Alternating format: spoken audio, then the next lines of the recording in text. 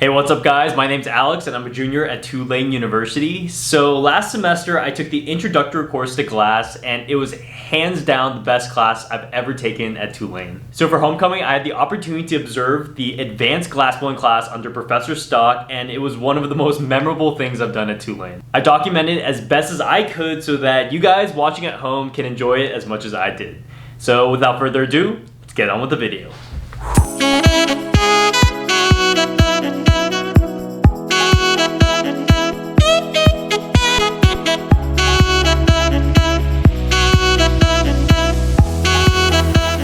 So at the beginning of the demonstration, Professor Stock started off by assigning roles. For example, pouring glass, creating a puntee, blowing air, opening the door.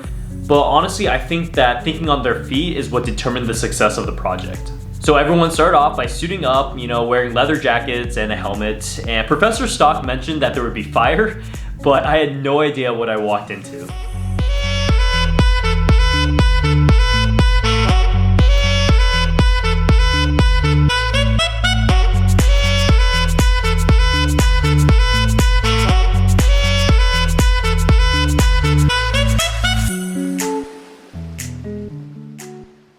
The puntee was created first, which is another name for an iron rod used to hold or shape soft glass. We would later use this to hold and transport the sculpture from the mold. Everyone was ready and in position, the mold was set, so Professor Stock gave the signal and everyone moved like a machine.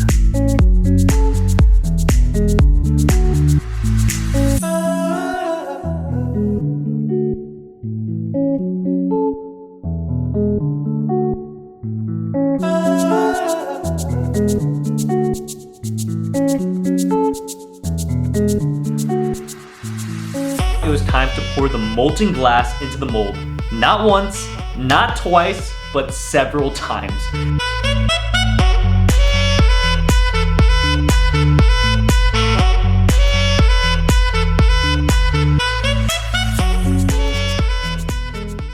My nostrils and throat were burning from breathing in all of the smoke, but honestly, it was just such a cool sight to see.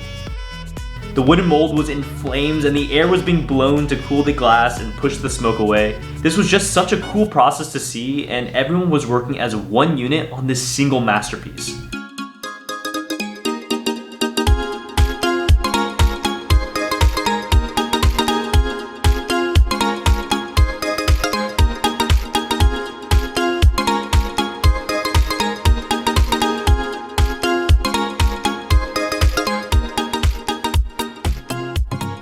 The next step was to break the mold, which was a brutal process.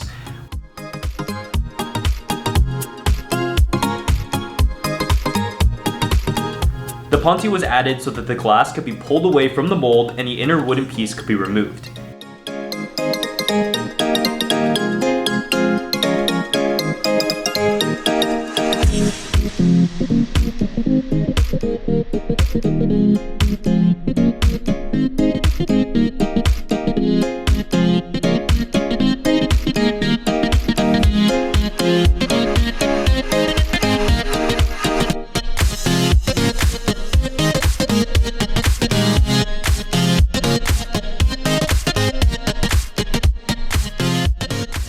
When the mold was broken, the glass at the bottom was still hot, so it ended up warping a little bit.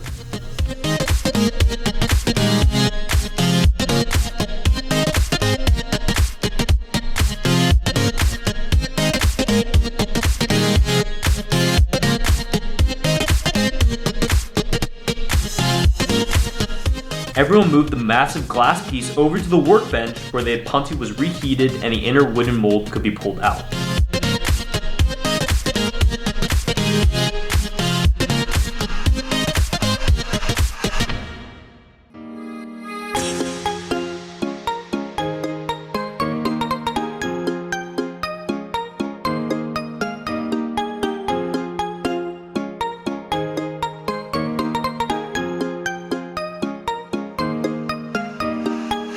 The glass was fused to it, so it took several tries, but eventually they got it out. Air was blown into the hollow center, shooting embers out, which was honestly such a cool thing to see.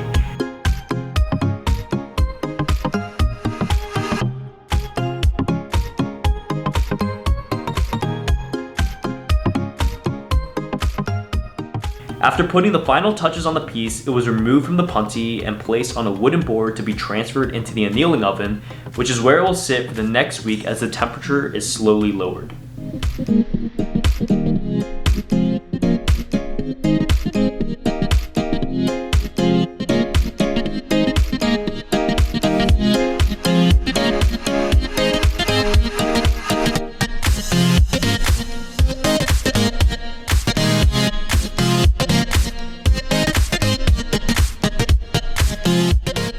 The class took a quick breather, talked about what went wrong, what went right, and what needed to be different for the next go around. After about a 15-minute break, they went at it again. As a biology major, most of my classes consist of watching lectures, taking notes, reading the textbook, but for my final semester at Tulane, I had the opportunity and space for one final class, and yeah, I knew that Tulane had the largest glassblowing studio on the university campus, so I decided to take glassblowing because why not? I gotta say that it was probably one of the best decisions I've ever made throughout my time at Tulane, and it really allowed me to, I guess, let loose of my artistic side since I'm always working with these biology courses. So I got to work with my hands, and I guess what better way to work with my hands than, I guess, working with molten glass. I learned so much about working with the glass medium, and obviously by watching this demonstration, there's a lot more to learn, a lot more out there that I never even fathomed to think about. But yeah, I had an awesome professor. Professor Koss was super great, and he really made the experience just super memorable. I spent at least 9 hours in the studio every week because of the 2 3-hour class periods as well as the lab time. I was stressed at moments, especially before midterms and stuff like that, but honestly, it was one of the best decisions, and if I could take another glassblowing class, I definitely would. For the second time around, everyone was definitely on the same page and had some experience under their belt.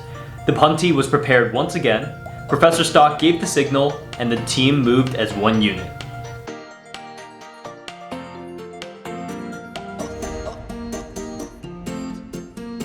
They had the exact same mold for the second time around, but this time less glass was poured in.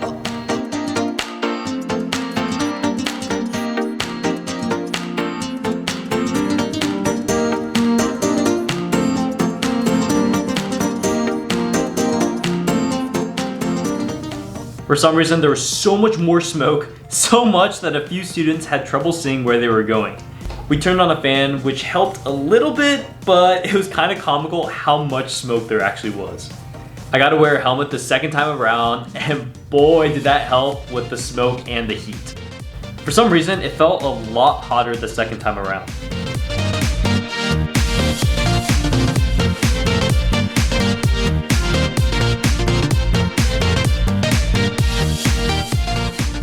They used some shears to pop the bubbles since we didn't want any air bubbles trapped inside the glass, and paddles were used to prevent the glass from sticking to the wooden mold.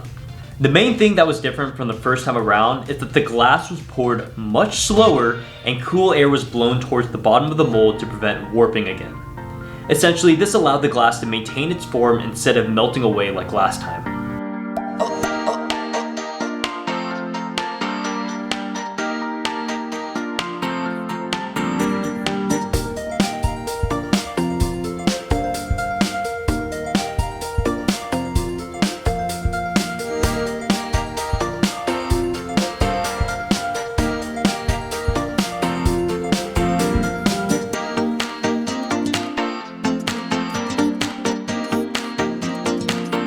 Once again, the punty was added to the glass and the mold was stripped away.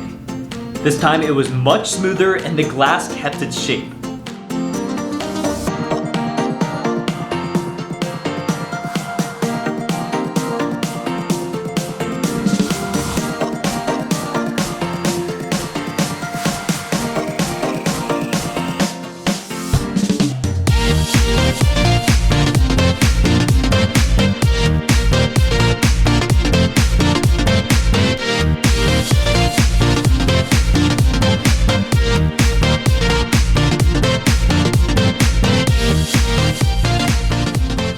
The sculpture was then transported to the workbench and the inner wooden piece came out much more easily. And once again, the embers being blown out was the coolest part.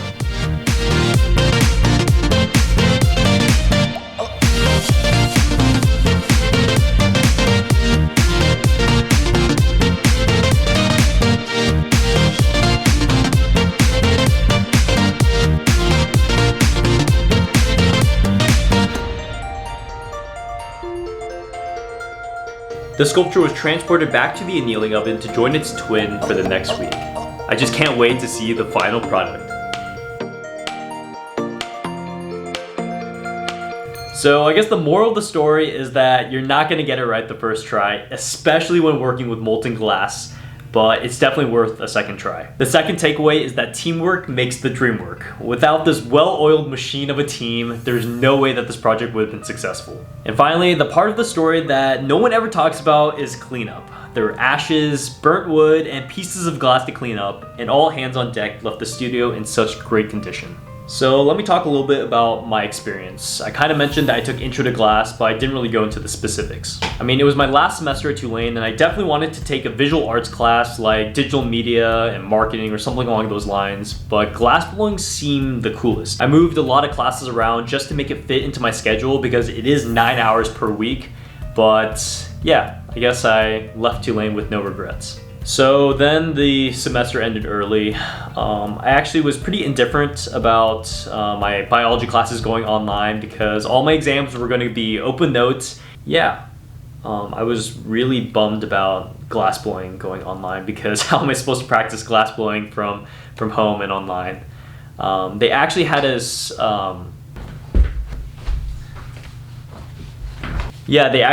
make drawings of sculptures that we would have made in class, which was honestly just super disappointing. So being back in the studio to observe the advanced class operates was just super memorable, and it really made me miss creating. Fun fact, I actually spent my last moments at Tulane inside of the studio during my last day of classes because I just wasn't ready to say goodbye, which you can check out in this video right here. But yeah, if I could take another glassblowing class, I definitely would.